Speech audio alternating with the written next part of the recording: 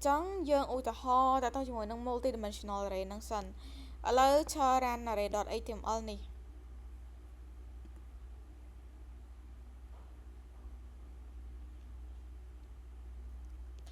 ok chẳng cho inspect máu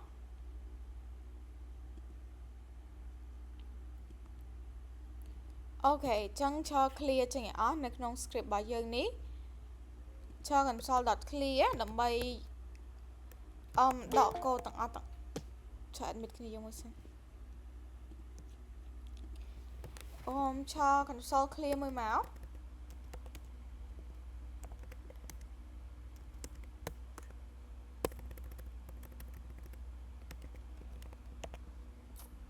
ok cho console clear hai vậy chẳng bắt tọa máu cho tạo ta hot for multidimensional array ta cho for ta two dimension này cho đã lật môi máu cho đã tham multi d array ok chẳng multidimensional array nó lại đã tha vì mình chọn dimension á, đối thà là nó cho đã square bracket môi vậy và ta không square bracket môi nó vì mình là để to tơ tiệt nè anh ấy cứ pi dimension chứ đã thập bay môi pi trong từ bay buồn ok này phía chọn cái vợ mùi matrix phần tay dương front end năng nhìn thật vơ tại tông ấy mùi matrix còn chẳng mình cái sơ phở còn ta vì something like that nè dương miên array môi hay nông năng cứ dương miên array pi tiệt đàn đi cứ chia rô hay này cái hai chia cả lầm chẳng này vì mình pi rô pi cả lầm ok chẳng mà dương chẳng tự access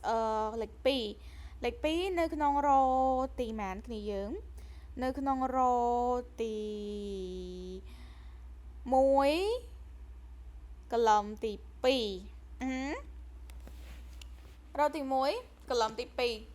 vấn ta xua thà index lệch index như cái nó đấy chập đam bị lệch màn chập đam bị lệch sồn trong bảo phân chỉ viên nơi chua tỉ muối chua đây tỉ muối trong cái hai chua đây chỉ sồn vẩn hai anh ấy cứ viên chua cho tỉ pí tay riêng hai tỉ muối vẩn để xa ta đấy vì chập đam bị lệch sồn nó trong dương ta lẹ viên muối vẩn trong bài dương trong hai lệch pi năng ngập ráo dương trời đã cho mua rẻ năng sân máu multi đi rẻ nắng hay như là square bracket chẳng lệch pi nhưng thở đằng thà viên nơi chúa đây thì màn chúa định bảo viết cứ nó chúa đây thì sâu nè nghĩ chúa đây thì sâu nè xí hay lệch pi nắng viên nó nói cái chúa cho thì màn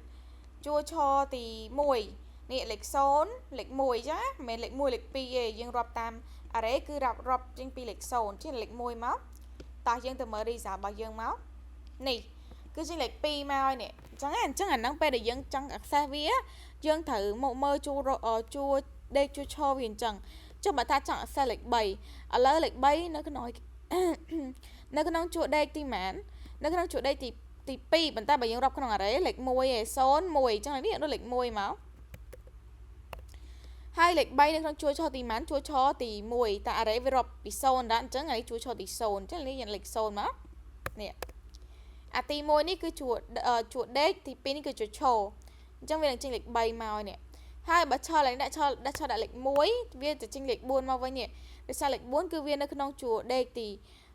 chuột đếch trong kế hay chuột trồ ở trong kế này đã vì chênh lệch muối năng để sao đấy vì chập đam pi lệch sâu á ok chênh lệch buôn màu nè chẳng that's basically multi-dimensional array hay cho từ cạn ní multiple dimensional array năng ai mơ thở ấy nhảy nhảy cho ra được cái này dương hiện data structure hiện ấy nè để sai tại không front end chứ cứ anh nghe vô phở tới ắt phở mà multi-dimensional array năng yeah cái dân to lạnh năng ấy nè bây giờ dương miên array thông muối ta cái năng array thông năng dương miên chiên nested array nó không năng tiệt nested array nó không năng tiệt anh ấy cái tham multi-dimensional array à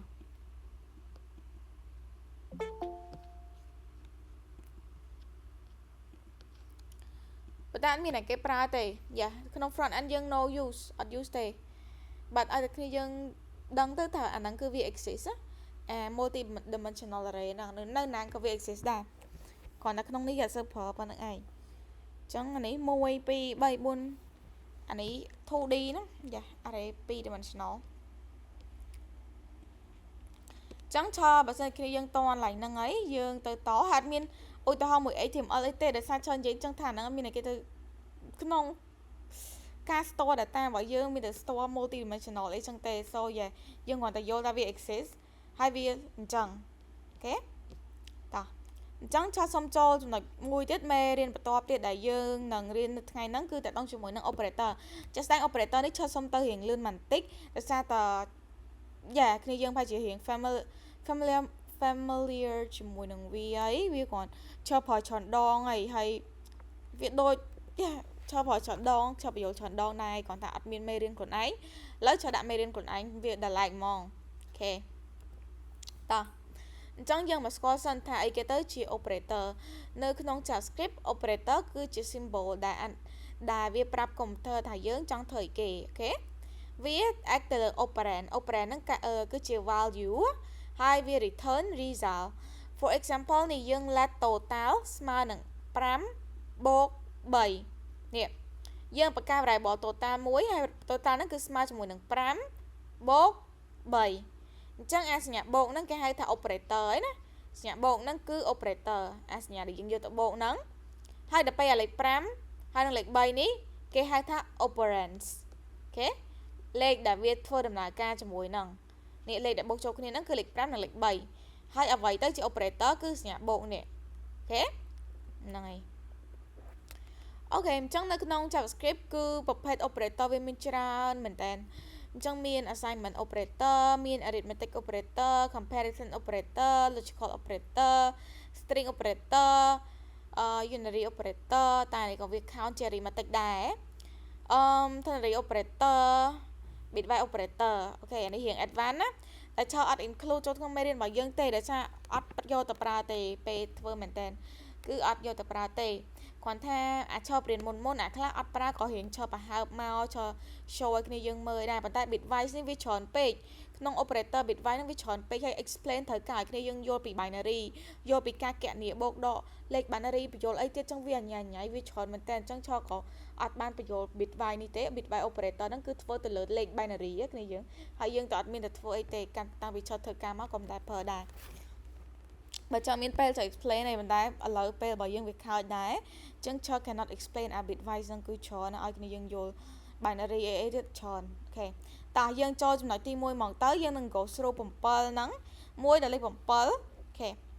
តោះទី1ហ្នឹងគឺពពួក assignment operator គ្នាយើងពពួក assignment operator ហ្នឹងនិយមន័យវាគឺការ assign តម្លៃទៅឲ្យ variable ហ្នឹងហើយវាមានស្មើ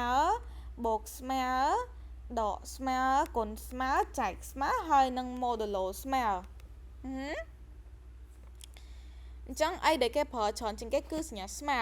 អញ្ចឹងអាសញ្ញាស្មើដែលគ្នាយើងឃើញពេលដែលគ្នាយើង assign variable let first name ស្មើបុប្ផាយហ្នឹងណាអាសញ្ញាស្មើហ្នឹងក៏ជា operator ដែរគេហៅថា assignment operator operator ដែលផ្ដល់តម្លៃទៅឲ្យ variable អូខេប៉ុន្តែមិនមែនមានតែស្មើទេវាមានបូកស្មើអញ្ចឹងពេលដែលយើងយក x បូកស្មើ5មានន័យថាវាយក x ស្មើនឹង x អាចាស់បូកថែមឲ្យ5អញ្ចឹង x គឺវាកើនដល់15អីចឹងទៅអូខេនេះ explanation នេះអា x បូកស្មើ5ហ្នឹងគឺជាគេសរសេរកាត់ចំនួនឲ្យ x ស្មើ x បូក5នេះគ្រាន់តែបូក5ហ្នឹងយើងកាត់អស់ពី3 space ទេអញ្ចឹងណាអញ្ចឹងទៅគឺវាខ្លីជាងមុនណា x បូកស្មើ5ហ្នឹងក៏ពិតពាក្យពេញរបស់វាគឺ x ស្មើ x បូក5ដល់ពេលដកស្មើគុណស្មើចែកស្មើ modulo ស្មើអីហ្នឹងគឺដូចគ្នាបេះបិទនឹងឯងវាស្មើនឹង x ស្មើនឹង x គុណ 2x ស្មើនឹង x ដក 3x ស្មើនឹង x modulo 5អីចឹងទៅគ្រាន់ថាវាទៅសេឲ្យខ្លីជាងមុនយ៉ានៅក្នុងនេះគឺឆននាំមកតារាងនេះតែម្ដងក៏ប៉ុន្តែអត់សូវមានអ្នកប្រើទេអីគេធំជាងស្មើតូចជាងស្មើតូចជាងស្មើអាហ្នឹងគឺចូល binary ឯគ្នាយើងវាចូលដល់ binary ដែលចូលនឹងអត់និយាយទេអូខេបើថាអាហ្នឹងនេះមិនអីទេ a នឹងស្មើ b នេះវាស្មើ a ស្មើ a នឹង b អានោះស្វ័យកូននៃចឹងទៅ it's fine អូខេនោះឬស្មើនឹង A ឬស្មើ B នឹងមានថា A ស្មើ A ឬ B អូខេអញ្ចឹងឈរ cover តាណាដែលគេប្រើច្រើនដោយសារក្រុមនេះគឺនឹងហើយកម្រមានអ្នកប្រើគាត់តែឈរដាក់អាហ្នឹងមកខាងលោកគ្នាយើង research កន្លែងផ្សេងឃើញអាហ្នឹងតើដឹងថាអាហ្នឹងអីគេអញ្ចឹងអាហ្នឹងគឺជា operator នឹងឯងគាត់ថា assignment operator គាត់ថាគេអត់សូវយកមកប្រើណានេះអាគេមកប្រើឈរដាក់នៅក្នុងនេះ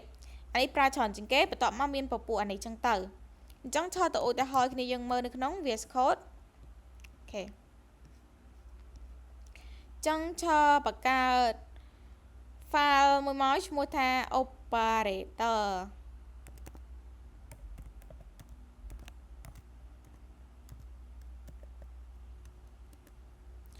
អូខេបន្តមកឈរត្រូវបង្កើត file HTML មួយដែរតែ operator នេះមិនមេរៀននេះអត់មាន practice ជាមួយ HTML ទេដោយសារវាគ្រាន់តែឲ្យយើងយល់ពី operator ចំចុចដល់ function យើងមាន practice ច្រើនតទៅទៀតនឹងថ្ងៃស្អែកអូខេឥឡូវយើងបង្ហើ operator នឹងសិនឆោខ្លះរៀនដល់ function ហ្នឹងអត់បានរៀន operator ចុះបាន clear ចុះនិយាយខ្លះដែរតែវាអត់ clear ឆោដាក់មកមេរៀនតែឯងចឹងហ្មងឆោដាក់វានៅក្នុង array.html ហ្មងនេះតើឆោដាក់script ហើយឆោដាក់ src មកបន្ទាប់មកឆោដាក់ទៅ js ហើយឆោយកអីគេ operator.js នេះអូខេហើយអញ្ចឹងយើងចូល operator.js របស់យើងមកយើងដាក់អីគេដំបូងគេគ្នាយើងគឺ use strict នេះដាក់ការពារបើថាមាន error អញ្ចឹងវា strict ឲ្យយើងឃើញ error ឃើញអីចឹងណាយើងត្រឡប់រៀនដាក់វាមកអូខេនេះអូខេតោះអញ្ចឹងឆនឹងបង្កើត let a ស្មើ5អូខេតោះអញ្ចឹងស្មើ5នេះស្មើនេះគេហៅថា assignment operator គ្នាយើង assignment operator អូខេតោះចុះបើបូកស្មើ a បូកស្មើ6គ្នាយើងគិតថា a នឹងឡើងដល់តម្លៃប្រហែលចុះ console log a ឲ្យមើលឥឡូវ a បូកស្មើ6អញ្ចឹងគ្នាយើងទាយមើលថាតម្លៃ a កើនដល់ប្រហែលហ្នឹងគឺឡើងដល់11ពួកអីគេពួកអី5នេះបូក6គឺ11និយាយទៅ process នេះគឺគ្រាន់តែគេសរសេរកាត់ទេគេប្រើ assignment បូកស្មើនឹងឲ្យវាខ្លីជាងមុនការពិត process វាសរសេរអញ្ចឹងក៏បានដែរ a ស្មើនឹង a បូកប៉ុន្មានបូក6អញ្ចឹង a របស់យើងមានតម្លៃស្រាប់ a យើងគឺប្រហែល5អញ្ចឹងយើងយក5បូក6ហើយ find ឲ្យទៅ a វិញគឺយើងយកឡើងហ្នឹងឯងគឺយើងយក5បូក6ប៉ុន្តែយើងបោះទៅ a នឹងដដែលទេអត់មានដាក់ variable ថ្មីទេអូខេអញ្ចឹងអាហ្នឹងគឺបូកស្មើចុះឆដកស្មើដូចគ្នាឥឡូវឆយកឥឡូវបាន11ឯណោះស្មើនឹង5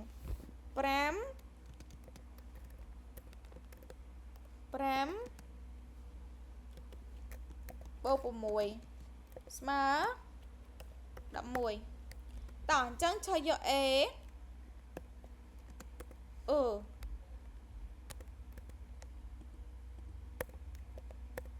ឆយក a ដកស្មើ3អញ្ចឹងកន្លែងនេះ process វាមិនគឺវាយក a អាចាស់របស់យើងនឹងយកមកដក3ឥឡូវ a អាចាស់របស់យើងប៉ុន្មាននេះគឺ11អញ្ចឹងយើងយក11មក11ដក3ស្មើប៉ុន្មានស្មើ8អូខេស្មើ8តោះយើងទៅមើលថាវាចេញ8អត់នេះចេញ8មកហើយណាចុះគុណស្មើដូចគ្នាយើង a គុ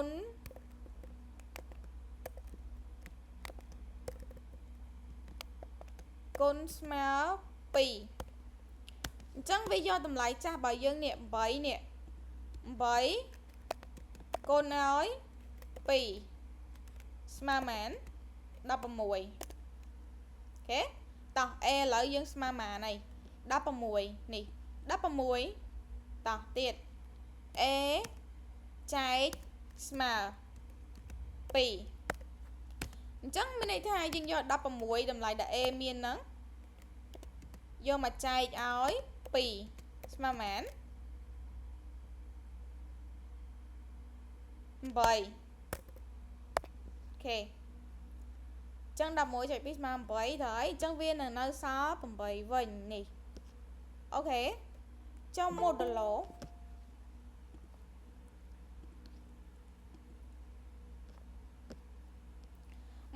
គឺចែកយកសំណល់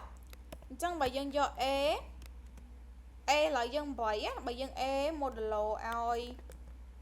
modulo ស្មើ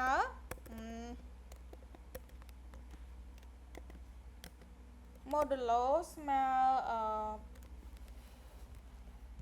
3អញ្ចឹង8ចែកឲ្យ3សំណល់សល់មែន8 modulo ឲ្យ3ចែកយកសំណល់3 2 ដង 6 3 ដង 9 3 2 ដង 6 8 ដង 6នៅសល់2ហេចឹងសំណល់សល់2តោះយើងទៅមើល result 2មែនអត់2មែនណាអញ្ចឹងអាហ្នឹងគឺប៉ុណ្្នឹងឯងអាសញ្ញាអីគេ assignment operator ហ្នឹងគឺប៉ុណ្្នឹងឯងគ្នាយើងអាទៅមកទៀតនោះវាតកតងមួយbinary ឆើអត់ទៅ detail ដល់ binary ទេទៅអង្គុយបញ្យល់ binary ទៀតយូរហើយអញ្ចឹងយើងលើកយកមកតែអីដែលគេប្រើមកនេះប៉ុណ្ណឹងគ្នាយើងតកន្លែងនេះហ៎កន្លែងassignment operator ហ៎បើតន់ឆើទៅតអូខេយើងចូលចំណុចមួយទៀតដែលយើងនិយាយជាមួយនឹង arithmetic operator អញ្ចឹង arithmetic ហ្នឹងគឺអាពពួកសញ្ញាដែលយើងគណនាក្នុងគណិតវិទ្យានឹងឯងមានបូកដកគុណចែក modulo ហើយស្វ័យគុណណាអូខេនេះហើយមានបូកដកអាបូកដកនេះពេលខ្លះគេដាក់នៅក្នុងunary នេះដូចឆនិយាយពីក្នុងនេះមកអញ្ចឹងនេះ unary operator ទេប៉ុន្តែពេលខ្លះ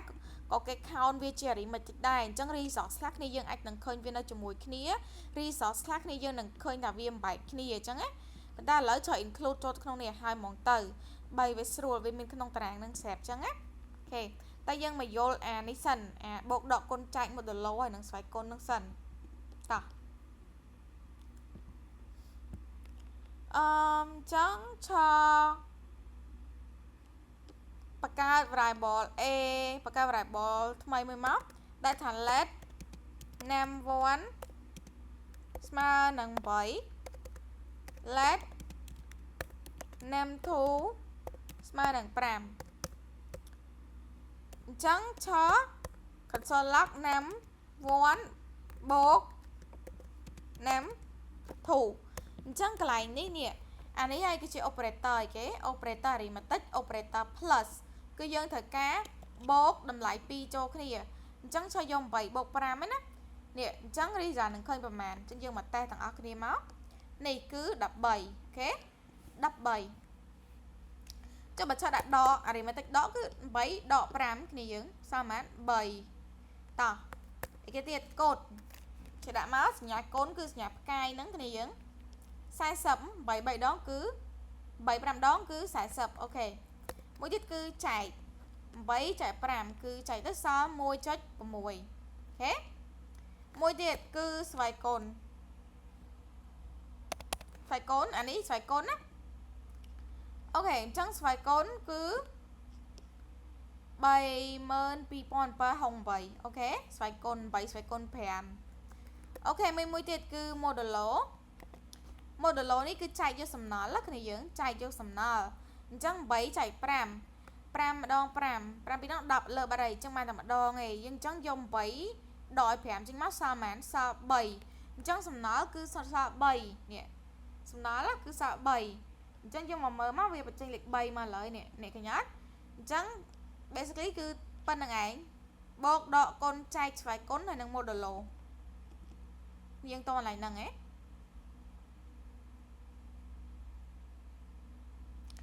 បើគ្នាយើងតន់ឆើទៅតហើយណាអូខេអញ្ចឹងយើងមកមើលកន្លែងអា2ទៀតនេះអា2ទៀតនេះគឺយើងនិយាយតាក់ទងជាមួយនឹង increment ហើយនឹង decrement ណាគ្នាយើងអញ្ចឹង A ស្មើ10អញ្ចឹងបើយើងដាក់ A បូកទៅគឺយើងមានថាយើងយក A ហ្នឹងបូក1ហ្នឹងហើយ increment ឲ្យឡើង1ហើយបើសិនជាដកវិញគឺយើងដក1ឥឡូវឧទាហរណ៍ថាឆមាន nam 1 8អញ្ចឹងទៅអញ្ចឹងឆយក nam 1ដកអូខេអញ្ចឹងឆមក console log មក console log nam 1នេះគ្នាយើងឃើញ37ហ៎ original value យើងគឺ8តែពេលដែលយើងដាក់ដកនៅកន្លែងនេះគឺសល់ត្រឹមតែ7នោះទេណា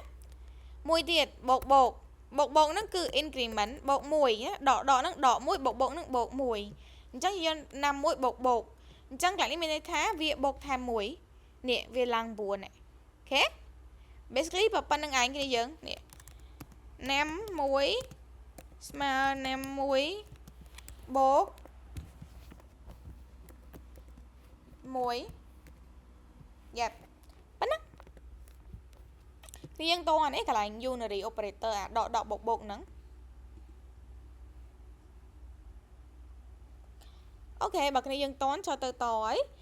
អញ្ចឹង arithmetic មានតែប៉ុណ្្នឹងឯងណាបូកដកគុណចែក modulo ស្វ័យគុណហើយនឹងបូកដកអូខេចូលទៅតបើថាអត់យល់ឡើងណាកាត់ឈិតសួរអញ្ចឹងឆត់ចូលមួយទៀតនេះដែលជាចំណុចដែលយើងថ្មីគឺ comparison operator គឺពពួក operator ប្រើដើម្បីប្រៀបធៀបអញ្ចឹងវាមានអាធំជាងទូជាងមានអាធំជាងឬស្មើទូជាងឬស្មើមានអាស្មើ2ដងផងអាស្មើ3ដងផងអាមិនស្មើម្ដងអាមិនស្មើ2ដងញ៉ៃមែនតើហ្នឹងហើយអញ្ចឹងគ្នាយើងតែជាធ្លាប់តែឃើញស្មើ2ដងឯងត្រង់បើគ្នាយើងអត់ដែរធ្លាប់រៀន JavaScript ពីមុនទេគឺយើងប្រហែលជាអត់ធ្លាប់ឃើញណាគេសរសេរស្មើ3ដងឯងអញ្ចឹងក្នុង JavaScript មានណាស្មើ3ដងតោះនេះក្នុងតារាងនេះវាមានបែងចែកចឹងទៅវានេះជាងមានឧទាហរណ៍ក្នុងហ្នឹងទៀតណាភាសាឧទាហរណ៍ចូលដាក់មកតិចអញ្ចឹងចូល copy តារាងនេះមកវាដោយឧទាហរណ៍មកទាំងអស់អូខេអញ្ចឹងយើងមកមើលទាំងអស់គ្នាតែទី1ហ្នឹងគឺយើងមើល less than ហ្នឹង greater than និយាយទៅអាហ្នឹងគឺគណិតវិទ្យាធំជាងទូចជាងស្មើមិនស្មើអីណាតោះអញ្ចឹងឆមាន nam 1 nam 2ឆទៅដែរអញ្ចឹងឆដាក់ថា console log nam 1ធំជាងនេះសញ្ញាធំជាង nam 2ឥឡូវគ្នាយើងមើលថា nam 1 nam 1លេខ9ណា nam 1 9ហើយដូចថាយើងបូកអញ្ចឹងតើលេខ9ធំជាងលេខ5អត់ធំជាងដល់អញ្ចឹងតម្លៃវាចេញមកគឺអីគេគឺ true តោះយើងទៅមើលនេះ true អាហ្នឹង compare អញ្ចឹងការ compare តម្លៃដែលវាអាចចេញមកគឺមានតែ2ឯងគឺពិតហើយនឹងមិនពិតអូខេយើងប្រៀបធៀបអីមួយថាអូពណ៌សស្អាតជាងពណ៌ខ្មៅអត់ចម្លើយមានតែ2តែអត់សអូខេស្អាតជាងអត់ស្អាតជាងទេឃើញវាមានតែ2ហ្នឹងឯងពិតឬក៏មិនពិតអញ្ចឹងណាឥឡូវបើឆត់ដូរសញ្ញាធំជាងនេះមកទូជាងវិញនេះ nam 1ទូជាង nam 2សួរថា9ទូជាង5ហ៎អត់ទេអញ្ចឹងចម្លើយវាពិតឬក៏មិនពិតមិនពិតប្រកាសជាចេញមក false នេះ false ទេណាអត់ពិតទេ9អត់តូចជាង5ទេប៉ុន្តែមានទៀតតោះធំជាងឬស្មើអញ្ចឹងតូចជាងឬស្មើឥឡូវ nam 1តូចជាងឬស្មើ nam 2អត់9តូចជាងឬស្មើ5អត់ទេ false ចុះ9ទូជាងឬស្មើ9ដាក់លេខ9នៅកន្លែងនេះមក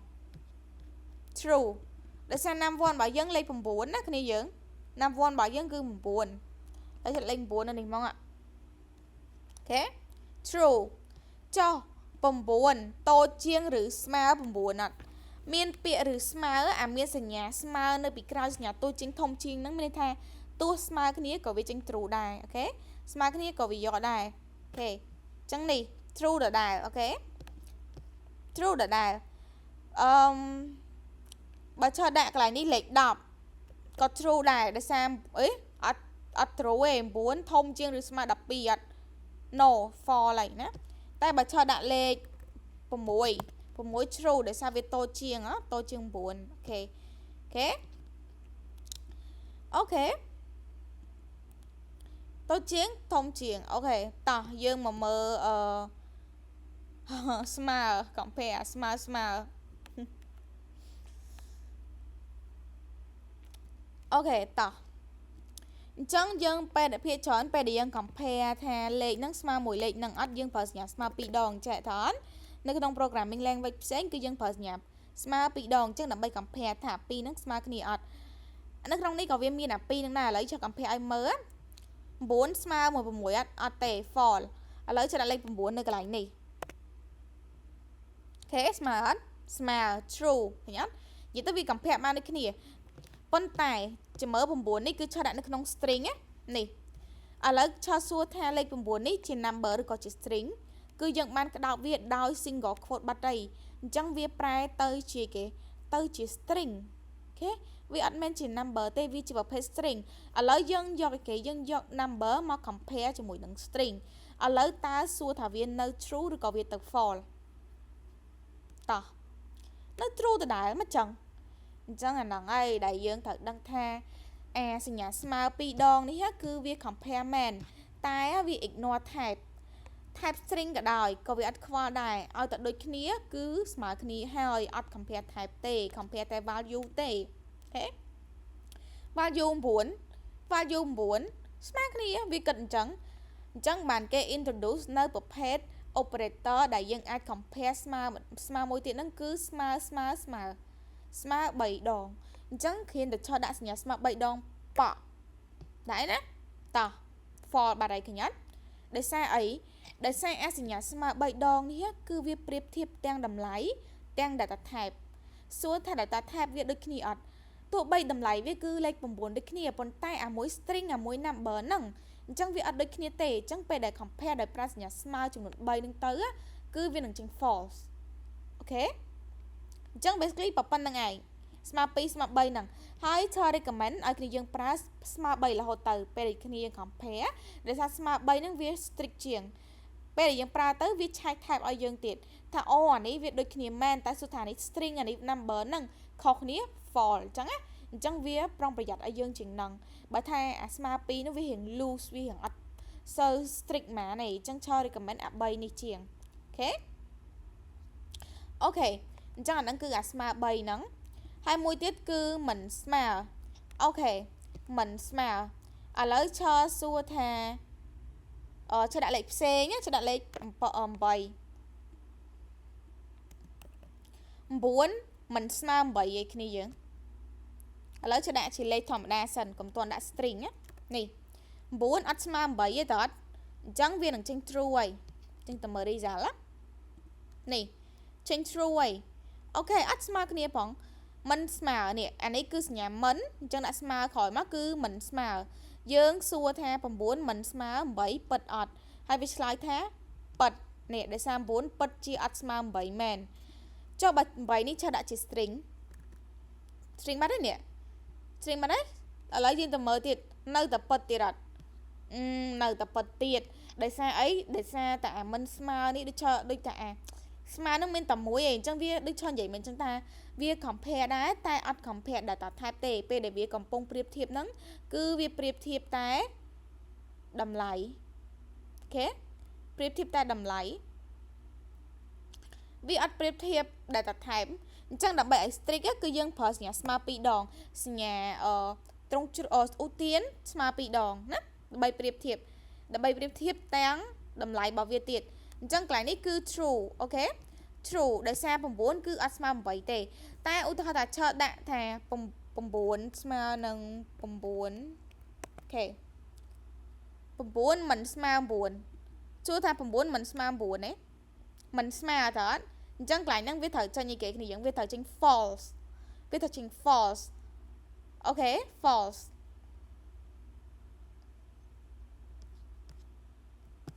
ឈប់បែកវល់ហើយ9មិនស្មើ9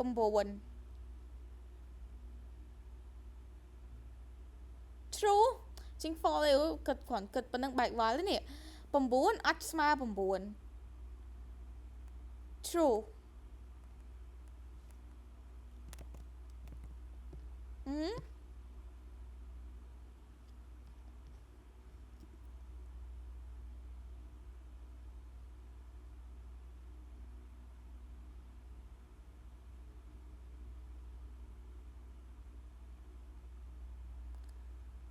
not thời ta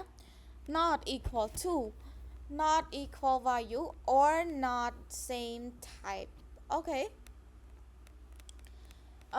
ចង់អានេះគឺយើងឆែកជាមួយនឹង type ដែរគ្រាន់ថាវានៅតែយក true ដដែលនេះយើងយក9ថាមិនស្មើជាមួយនឹង9អត់អូខេមិនស្មើជាមួយនឹង9អត់អញ្ចឹងវាត្រូវចេញលើឈរដាក់អានេះតែមួយចេះវិញអូខេវាចេញមក fall ណាឃើញវាចេញមក fall ហ៎ដោយសារតែ9គឺវាស្មើជាមួយនឹង9ដល់ពេលដែលយើងសួរវាថាតើ9មិនស្មើ9អត់វាប្រកាសជាចេញមិនប៉ិតអីតើអត់គឺ fall no fall មិនប៉ិតដោយសារ9ស្មើ9ហ្នឹងតែបើឆាត់ថែមអានេះមួយទៀតគឺវាទៅ true វិញដោយសារអីដោយសារនេះវាឆែក type ដែរវាឆែក type សួរថា9មិនស្មើជាមួយនឹង9អូខេវា basically គឺវា false ព្រោះវាស្មើគ្នា false ប៉ុន្តែអានេះវាឆែក type ដែរដល់ហើយចឹងទៅវាធ្វើឲ្យវាចេញមក true អញ្ចឹងវាបែកវល់មួយគ្នាតែម្ដងហ្នឹងហើយនេះ true មកវិញណា9មិនស្មើមែនពិតជាមិនស្មើមែនហ្នឹងហើយមិនស្មើដោយសារអីដោយសារនេះជា string ហ្នឹងយើងដឹងហើយថាពពួកស្មើ2ដង3ដងហ្នឹងគឺវាឆែកជាមួយនឹង data type ដែរអូខេអញ្ចឹងសួរថាលេខ9មិនស្មើ string true ឬក៏ false true វាអត់ណាលេខ9ណាស្មើមួយ string អានេះ string ណោះឃើញអត់អញ្ចឹងគឺវា true ហើយណាប៉ុន្តែបើសិនជាយើងដាក់សញ្ញាស្មើតែមួយទេនៅកន្លែងនេះគឺវាចេញមក false ដោយសារតែកន្លែងនេះវាអត់គិត data type ទេវាគិតតែយើង compare លេខ9ជាមួយនឹងលេខ9អញ្ចឹង9មិនស្មើលេខ9វាមិនប៉ិតតើពួកអីលេខ9ស្មើលេខ9អញ្ចឹងវាចេញមក false ហើយប៉ុន្តែតាហ៊ានយើងថែមនេះមួយទៀតគឺវា strict ជាងមុនវាគិត data type ទៀតអញ្ចឹងវាប្រកាសជាចេញ true វិញហើយអានេះគឺទៅជា string ឯនេះអញ្ចឹងវាយើងទៅសួរវាវិញថានេះ9ស្មើមួយ string អត់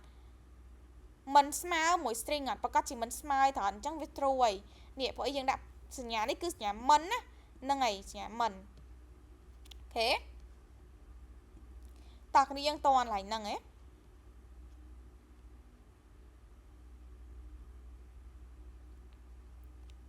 តន់អាស្មើ3ដងហើយនឹងអាស្មើ2ដងហ្នឹងអត់នេះនិយាយទៅអាស្មើ2ដងហ្នឹងគឺវាអត់គិតអត់គិត data type អីទេឲ្យតែតម្លៃខាងក្នុងហ្នឹងវាដូចគ្នាគឺវាយក true ហើយប៉ុន្តែអាសញ្ញាស្មើ3ដងវាគិតទាំង data type ទោះបីជាតម្លៃនៅក្នុងហ្នឹងវាដូចជាមួយនឹង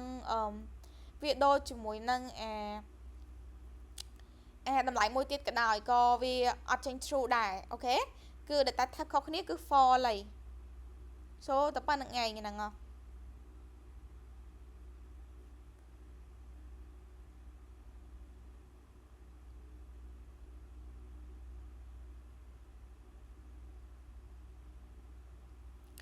អូខេបើគ្នាយើងតន់ឆោសុំទៅតឯណាអានេះគឺ comparison operator អញ្ចឹងយើងចូលចំណុចមួយទៀតដែលយើងនិយាយតាក់ទងជាមួយនឹង logical operator អូខេ logical operator នេះក៏វាមិនអញ្ញៃដែរគ្នាយើងដូចឆោធ្លាប់ប្រើគ្នាយើងមើលក៏ធ្លាប់បញ្យល់ដែរ logical operator ហ្នឹងវាមាននឹងឬក៏ not ឬក៏មិននឹង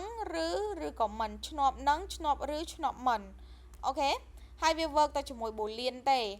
នេះ combine multiple boolean expression អញ្ចឹងយើងយក true ដាក់មួយ false ដាក់ false មួយ true ដាក់ true មួយ true អញ្ចឹងអាហ្នឹង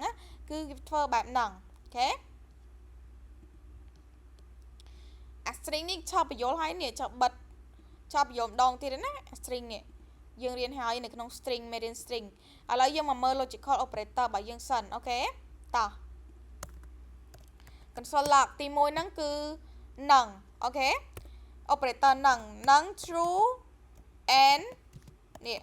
នេះគឺ operator នឹងគ្នាយើងគេហៅថាឆ្នប់នឹងអញ្ចឹងនៅក្នុង programming គឺយើងសរសេរ symbol នឹងពីរដងអញ្ចឹងយើងសួរថា true និង true អញ្ចឹងអានឹង true និង true គឺពិតនិយាយទៅអាឆ្នប់នឹងតតែពិតទាំងពីរមិនពិតបើក្នុងនឹងមាន false មួយគឺ false ហើយណាអញ្ចឹងឆើឲ្យទៅមើល result វាប្រកាសចេញ true ឯនេះឃើញអត់វាចេញ true មកហើយប៉ុន្តែតើក្នុងនឹងមាន false មួយគឺ false ហើយនេះឃើញទៅ false វិញអត់មិនថា false នឹងនៅខាងណានិយាយទៅឲ្យតែមាន false គឺទៅហើយគឺទៅ false ហើយនិយាយទៅវាពិតលុះត្រាតែលក្ខខណ្ឌទាំងអស់នៅក្នុងឆ្នប់នឹងពិតអូខេនេះបើយើងដាក់ false និង true គឺចេញមក false ដូចគ្នានិយាយទៅតើតា true និង true បាន true អាហ្នឹងហើយគេហៅឆ្នប់នឹងអូខេគឺយើងតន់ឡើងឆ្នប់នឹងអត់អូខេបើគ្នាយើងតន់ចុះទៅមួយទៀតគឺឆ្នប់ឬនេះគឺមានមួយពិតអូខេតើតអត់ពិតទាំងពីរបានអត់ពិតអញ្ចឹង true ឬ true គឺពិត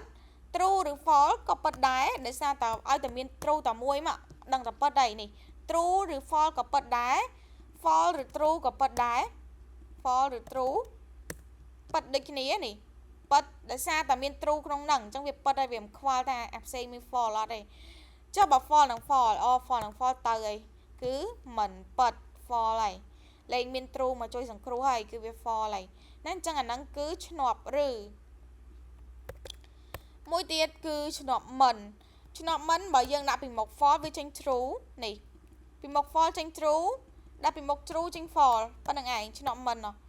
វាដូរពីអាពិតទៅមិនពិតដូរពីអាពិតទៅមិនពិតមិនពិតមកពិតអូខេនេះចេញ false វិញញ៉ាតាមពិត true ឯងតែយើងដាក់អាលេខសញ្ញាឆ្នប់នឹងសញ្ញាឧទានដើម្បីបំលែងវាទៅជាអាផ្ទុយនឹងវិញអញ្ចឹងវាទៅចេញ false វិញអូខេ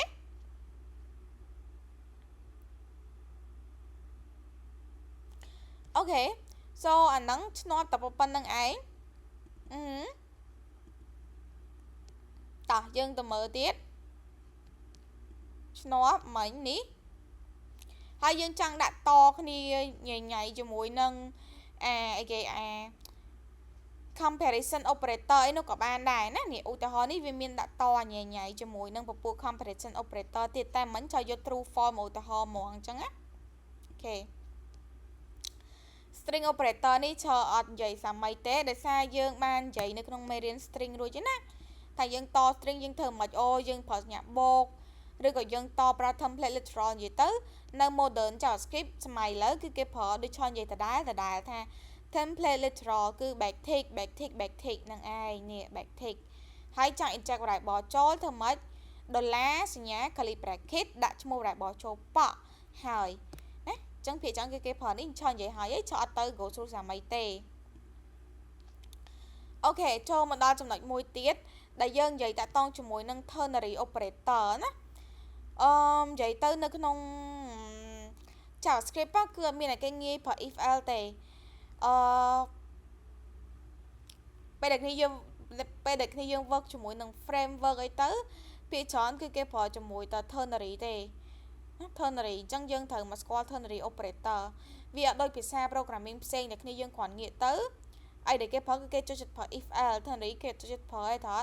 ប៉ុន្តែនៅក្នុង JavaScript គឺ full of ternary ពេលគ្នាយើងសរសេរ real application ក៏ full of ternary operator ដែរពេលដែលចង់ដាក់ condition so yeah មកមើលទាំងអស់គ្នាអូខេអញ្ចឹង ternary គឺជា shorthand របស់ if ហើយនិង else syntax របស់ ternary គឺយើងដាក់ condition ដាក់សញ្ញាគេសញ្ញាសួរដាក់ value if true ហើយចុច2ហើយនឹង value if false អូខេ for example យើងបាន declare age ស្មើនឹង18បន្ទាប់មក status យើងឆែកជាមួយនឹង status អញ្ចឹង status ស្មើអញ្ចឹងអានៅខាងស្ដាំសញ្ញាស្មើនេះអានៅខាងស្ដាំសញ្ញាស្មើហ្នឹងគឺជា ternary operator ហើយអញ្ចឹងលក្ខខណ្ឌរបស់យើងឯគេលក្ខខណ្ឌគឺអានៅមុខសញ្ញាសួរនេះយើងមកមើលលក្ខខណ្ឌរបស់យើងលក្ខខណ្ឌគឺ age ធំជាងឬស្មើ18ណាលក្ខខណ្ឌធំជាង age ធំជាងឬស្មើ18 ចឹងបើសិនជាគាត់អត់ធំជាងឬបើគាត់ធំជាងឬស្មើ18អញ្ចឹងលក្ខខណ្ឌហ្នឹងប៉ិតសួរថាពេលលក្ខខណ្ឌប៉ិតវាចាប់យកតម្លៃណានេះវាចាប់យកតម្លៃ adult ដែលនៅពីក្រោយសញ្ញាសួរឬក៏នៅស្ដាំសញ្ញាសួរហ្នឹងចុះបើវាមិនប៉ិតបើអាយុហ្នឹង16វាទៅជា fall ហើយត្រង់អញ្ចឹងបើ fall វាចាប់យកអាមួយណាវាចាប់យក minor នេះអូខេ minor នេះអានៅខាងស្ដាំសញ្ញាចុច2នេះអូខេ syntax គឺបែបនេះគឺយើងចាំទៅ condition សញ្ញាសួរតោះមកយើងដាក់ value បើសិនជា true ហើយនឹង value បើសិនជា false អូខេតោះយើងទៅឧទាហរណ៍មែនតែនចាក់ស្ដែងមក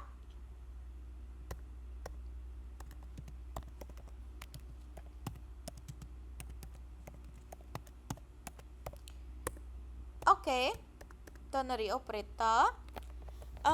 ចឹងកន្លែងនេះគឺយើងអាចដាក់មក let age ស្មើនឹង18អូខេបន្ទាប់មកចែកថា let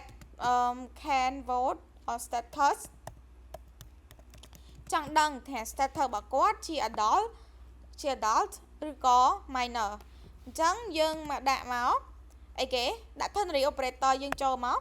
អូខេ condition ណាអូខេយើងបើកវងកញ្ចក់មកដើម្បីដាក់ condition របស់យើងអញ្ចឹងយើងចេះថា age ធំជាងឬស្មើ18អត់អូខេ18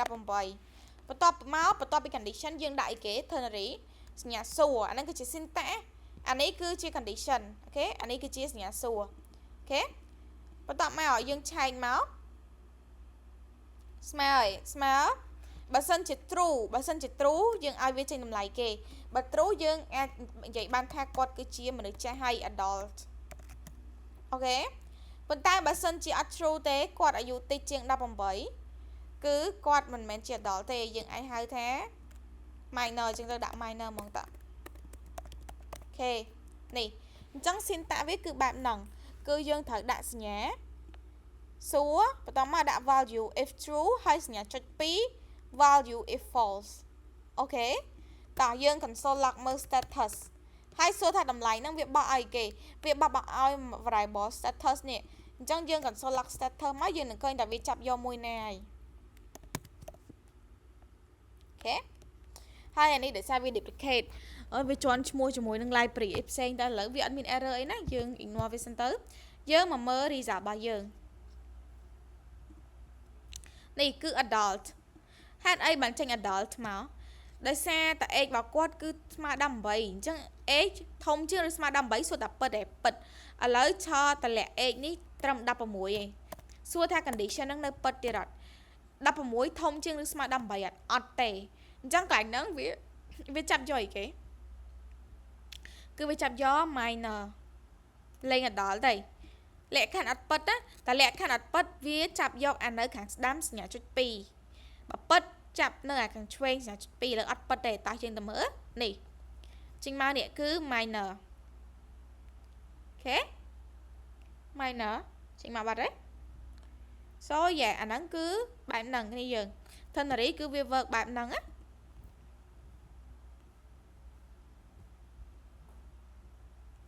វាដូច if else ចឹងគាត់អានេះខ្លីជាង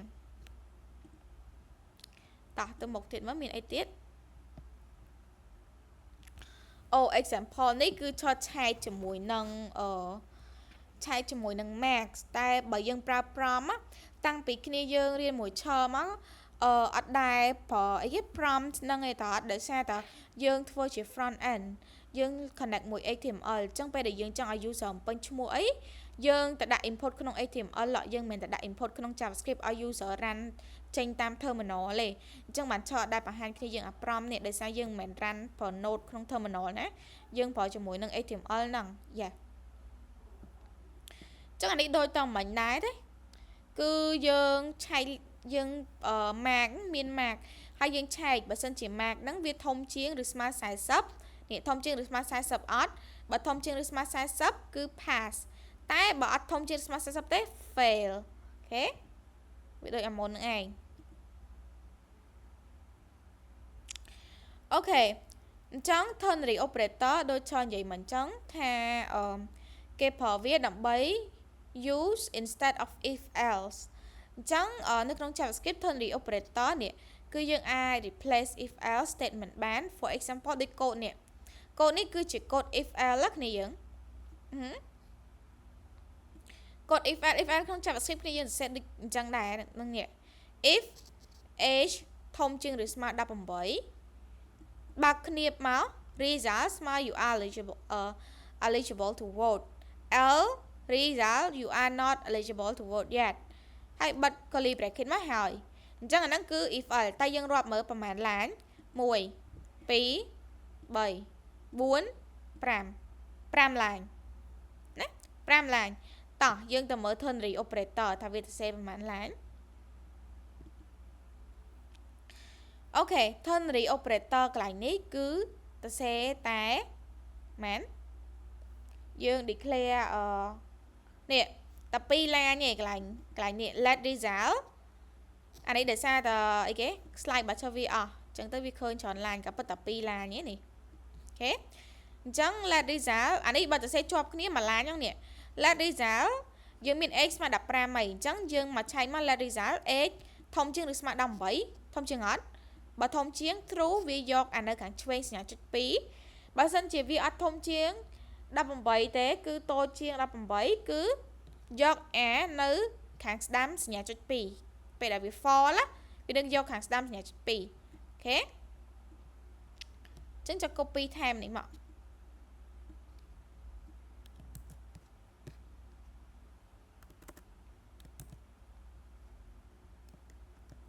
អូខេនេះ age របស់យើងហ្មង age របស់យើងគឺ16ហើយនេះគឺជា result ហើយក្នុង result ហ្នឹងគឺយើងសួរថា age ធំជាងឬស្មើ18អត់អូខេនេះធំជាងឬស្មើ18អត់បើធំជាង true វាយកអានៅ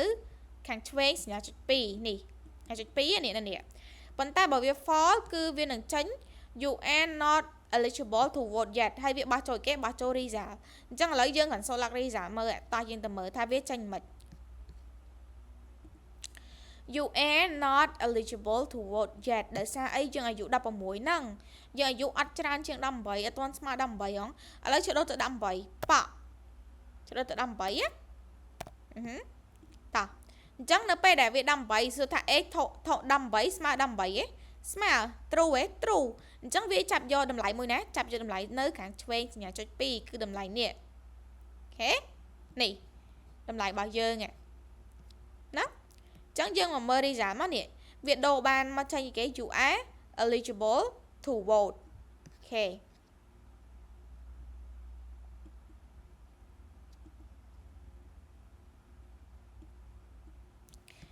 អូខេគ្នាយើងតន់កន្លែង ternary ហ្នឹងអត់ចុះឧទាហរណ៍2 3មិញតន់ទេ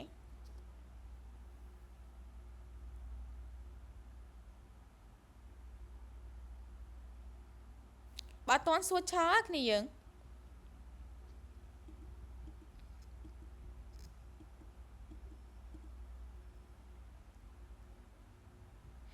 អានេះគឺជា nested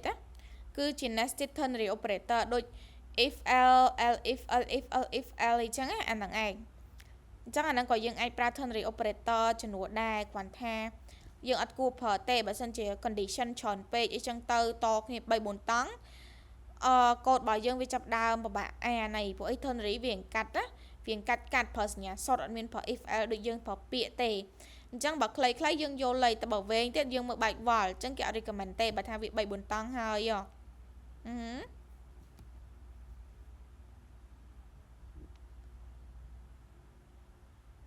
អញ្ចឹងអានេះគឺ2តង់អូខេ2តង់អូឈើតោះយើងបែកមកកាន់របស់យើងវិញមកអញ្ចឹងច្រាក់ថា let let តា variable គេនេះ result តាហើយឯង let type of name អីចឹងទៅ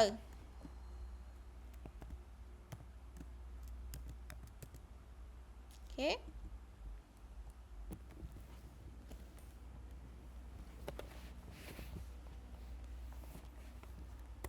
type of name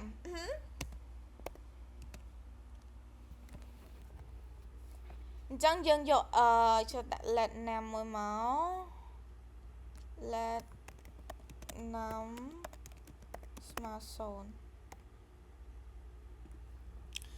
យើងចង់ឆែកថា number របស់យើង negative positive ឬក៏0អញ្ចឹងលក្ខខណ្ឌរបស់យើងវាមានដល់ទៅ3ឯដែលយើងចង់បានណោះអញ្ចឹងអាហ្នឹងបើយើងចង់ប្រើ ternary យើងត្រូវ nested វាអូខេអញ្ចឹងកន្លែងនេះគឺយើងអាច nested វាបានយើងមកឆែកសិនថា num របស់យើងអូខេធំជាងឬស្មើ0អត់អូខេធំជាងឬស្មើ0អត់ដាក់សញ្ញាសួរមួយមកនេះគឺសញ្ញាសួរតំណាងឲ្យ ternary ណាបន្ទាប់មកយើងដាក់ថាបើវាពិតអញ្ចឹងបើវាពិតអូខេបើវាពិតយើងឆែកមកតង់ទៀតយើងឆែកថា num ហ្នឹងឥឡូវយើងដាក់ស្មើ0វិញហីអញ្ចឹងក៏បានដែរស្មើ0អត់អូខេបើអត់ស្មើ0ទេយើងមកបើវាអត់ស្មើ0ទេអូខេអញ្ចឹងមានថាវាបើមិន negative ក៏ positive ដែរអញ្ចឹងយើងមកឆែកទៀតថា num ហ្នឹងតូចជាង0អត់តូចជាង0អត់នេះមកតង់ទៀតបើតូចជាង0យើង return នេះគេយើង return negative បើសិនជាធំជាង0 L នេះតើវាអត់តូចជាង0គឺវាធំជាង0ហ្នឹងតើអត់ពីរហ្នឹងផ្ទុយគ្នាហ្នឹងអញ្ចឹងដាក់មក positive អូខេបន្ទាប់មកយើងត្រូវដាក់លក្ខខណ្ឌនេះទៀតនេះលក្ខខណ្ឌថាវាស្មើ0ឥឡូវបើវា true បើវា true កន្លែងនេះគឺចេញមកគឺ0អូខេប៉ុន្តែបើវាអត់ true ទេគឺវាទៅ compare គឺវាទៅ compare ថា num របស់យើងធំជាង0អត់បើវាធំជាង0ទូជាង0អត់បើទូជាង0 negative បើធំជាង0 positive អូខេអានេះគឺ nested តែគ្នាយើងនេះមើលឲ្យតន់ណាដំបូងយើងសួរថា number ហ្នឹងស្មើ0អត់អូខេបើស្មើ0វាចេញ0ចប់ប៉ុន្តែបើលក្ខខណ្ឌនេះ false មានថាវាអត់ស្មើ0ទេគឺ false ហើយវាទៅធ្វើអានេះអញ្ចឹងអានេះគឺ ternary operator មកតង់ទៀតនេះ num នៅក្នុងនេះគឺ num តូចជាង0អត់បើតូចជាង0 negative បើធំជាង0វាចាប់យក positive អញ្ចឹងឃើញ ternary យើង2តង់ហ្នឹងហើយអញ្ចឹងអាហ្នឹងគឺ2តង់អញ្ចឹងយើងមក console log type of num console log type of num នេះឃើញវាចេញ0មកដោយសារអីដោយសារ num របស់យើងស្មើ0ហ្នឹងឥឡូវឆដូរទៅវាទៅជាមួយអូខេឥឡូវវា positive ណាលេង0ហ្នឹងអញ្ចឹងវានឹងចេញអីគេមកនេះចេញ positive មកអូខេនេះ positive ចុះបើឆដាក់ដក1នេះ negative វិញឃើញអត់អញ្ចឹងសួរថាយើងសរសេរកូដប៉ុន្មានឡានគ្នាយើងមួយឡានឆែកបាន0 negative positive ដាក់0ចេញ0ដាក់លើពី1ចេញ positive លើពី0ចេញ positive ក្រោម0ចេញ negative ចឹងមកអញ្ចឹងអាហ្នឹងគឺជា ternary operator ហើយនេះគឺយើងតអាឡៃហ្នឹង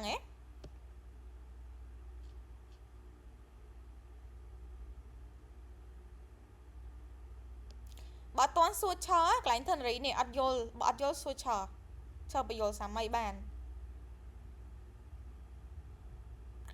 syntax របស់វាគ្នាយើងចាំទៅ syntax អានៅខាងស្ដាំខាងឆ្វេង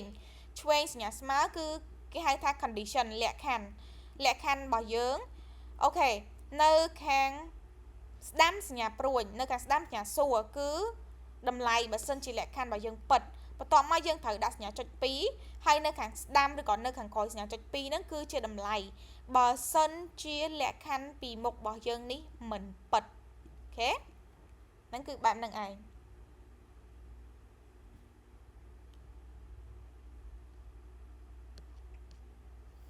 អូខេគ្នាយើងស្ងាត់chờ zoom ថាគ្នាយើងតន់ណាកន្លែង ternary operator ហ្នឹងគឺសំខាន់ណាយើងប្រើរហូតគ្នាយើងចូលធ្វើមែនតើទៅគឺនឹងប្រើវារហូតគ្មានតែគេប្រើ if else ទេហ្នឹងហើយគាត់ប្រើ if else នៅតែប្រើគាត់ថាកម្រវាអត់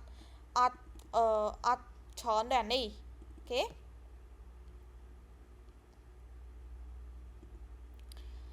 អូខេ bitwise operator នេះឈើសុំ skip ដោយសារតើវាធ្វើការជាមួយនឹង binary អញ្ចឹងអា shift នឹងឬ XOR not shift left shift right 0 shift fill right ហ្នឹងតើតែឆទៅបញ្យល់គ្នាយើងតាក់ទងជាមួយនឹង binary ហ្នឹងមិនលេខ0លេខ1ហើយត្រូវបញ្យល់គ្នាយើងតាក់ទងជាមួយនឹងរបៀបបូកដក binary ទៀត1 បូក 1ចេញអីចេញ0ឬក៏1អីចឹងទេចឹងទៅវាច្រើនញ៉ៃ ហើយមិនបាច់កូ1មកកូ10អីទៀតព្រោះអីយើងធ្វើនៅលើនេះយើងធ្វើជាលេខកូ10ទេយើងមិនត្រូវជាលេខកូ2ទេអញ្ចឹងយើងត្រូវរៀនបែកចេះបែកអីទៀតបានឆោ explain ទាំងអស់ហ្នឹងចេញអញ្ចឹងគឺឆោសុំ skip កន្លែង bitwise operator នេះគឺតាក់ទងជាមួយនឹង binary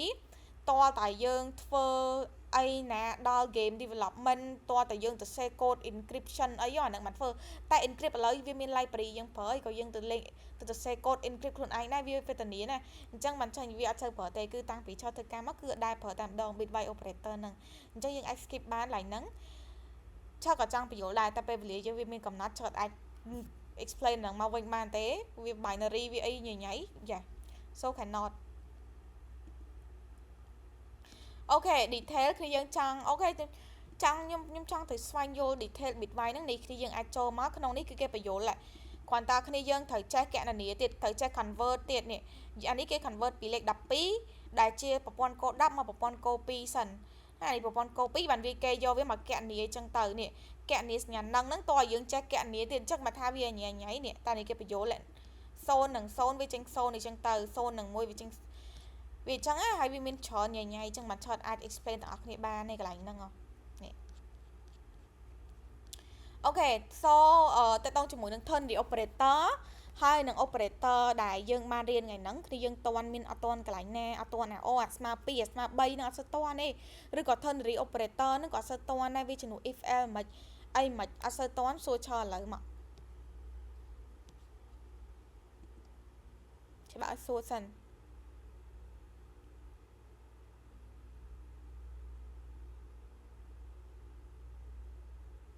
តន់អត់មានអ្នកគេអត់តន់ទេអូខេចង់ដាក់ឲ្យ practice នេះ itinerary នេះវាសំខាន់តែមិនដឹង practice អីទៀតយើង